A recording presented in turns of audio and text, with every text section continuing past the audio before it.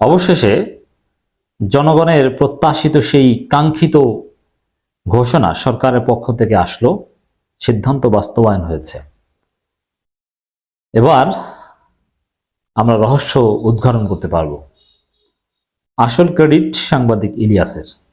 আমরা কথা বলছি বিডিআর হত্যাকাণ্ড, বিডিআর বিদ্রোহ নয়, বিডিআর হত্যাকাণ্ড নিয়ে সরকারের কমিশন গঠন নিয়ে।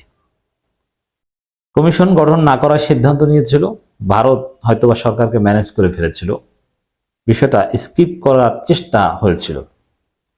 কিন্তু সাংবাদিক ইলিয়াস জনসম্মুখে বিষয়টা এনে তোল পাড় তৈরি করে দিয়েছিল এবং জনগণের তোলপাড় এবং তোপের মুখে পড়ে স্বরাষ্ট্র উপদেষ্টা বলতে বাধ্য হয়েছিলেন যে না না, আমরা কমিশন গঠন করব।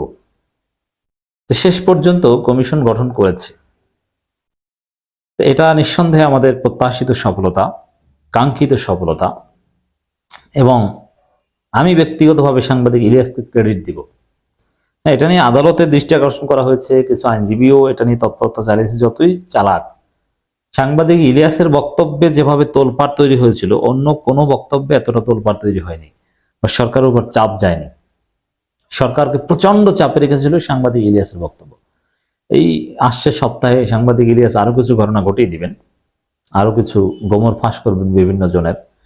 এখন সবাই সাংবাদিক ইলিয়াসের ভয় তটস্থ যে কার কি ফাঁস করে দেয়।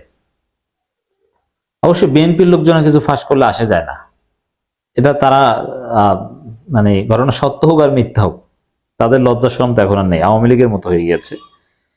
বিডিআর বিদ্রোহের ঘটনায় তদন্ত কমিশন গঠন করা হয়েছে। বিডিআর বিদ্রোহ শব্দটাই বাদ দিতে হবে। বিডিআর হত্যাকাণ্ডের ঘটনায়, সেনা হত্যাকাণ্ডে বা সেনা অফিসার হত্যাকাণ্ডের ঘটনায় তদন্ত কমিশন গঠন করা হয়েছে।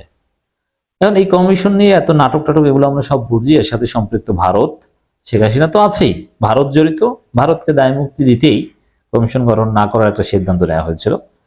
স্বরাষ্ট্র উপদেষ্টা মোহাম্মদ জাহাঙ্গীর আলম চৌধুরী জানিয়েছেন, রাজধানীর পিলখানায় 2009 সালের 25 ফেব্রুয়ারি সংঘটিত বিডিআর হত্যাকাণ্ডের ঘটনায় তদন্ত কমিশন গঠন করা হয়েছে।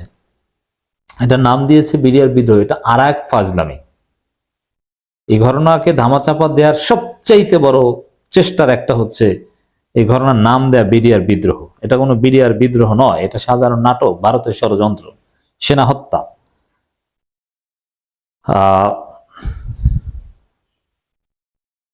এটা স্বরাষ্ট্র উপদেষ্টা নিজেই জানান। স্বরাষ্ট্র উপদেষ্টা বলেন, বিডিআর হত্যাকাণ্ডের ঘটনায় 7 সদস্যের তদন্ত কমিশন গঠন করা হয়েছে।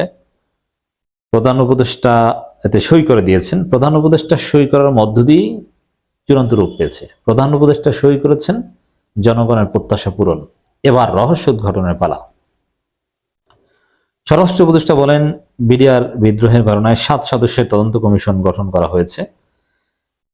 এ সময় সাবেক প্রধানমন্ত্রী শেখ হাসিনাকে ফেরাতে ভারতের সঙ্গে যোগাযোগের জন্য প্রয়োজনীয় উদ্যোগ নিতে পররাষ্ট্র মন্ত্রণালয়কে চিঠি দেওয়া হয়েছে, এটাও জানিয়েছে। এটাও আমাদের একটা ভালো খবর যে না, ডক্টর ইউনূস কিন্তু একবার বলেছিলেন যে হাসিনার বিচারের রায় হওয়ার পর তাকে ফেরত চাওয়া হবে, এরকম একটা ধারণা দিয়েছেন। কিন্তু না, রায় হওয়ার আগেই তাকে ফেরত চাওয়া হচ্ছে। মানে বিচার কার্যক্রম শুরু হওয়ার শুরুতেই তাকে দরকার, এটা সরকার ফিল করে তাকে চাইছে। এটা একটা সুন্দর উদ্যোগ। এছাড়া আরো নানান বিষয়ে কথা বলেছেন। তবে এই পুনঃতদন্তের জন্য পিলখানা ট্র্যাজেডি, এটাকে বিডিআর বিদ্রোহ না বলে পিলখানা ট্র্যাজেডি বা এভাবে বলা যেতে পারে। পুনঃতদন্তের জন্য যে 7 সদস্য কমিশন গঠন করা হচ্ছে, এর মধ্যে কিছু দিক আমাদের কাছে একটু স্পেশাল লাগে, এটা হাইলাইট করতে হবে। কমিশন সভাপতি হিসেবে নিয়োগ দেওয়া হয়েছে বিজিবির তৎকালীন এর সাবেক মহাপরিচালক ব্রিগেডিয়ার জেনারেল ফজলুর রহমানকে। এটা খুবই ইতিবাচক।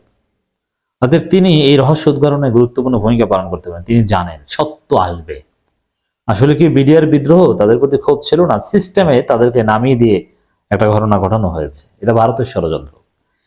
এটা এই ফজলুর রহমান সাহেবকে তিনি অনেক কিছুই জানেন। অতএব রহস্য উদ্ঘাটন হবে ইনশাল্লাহ।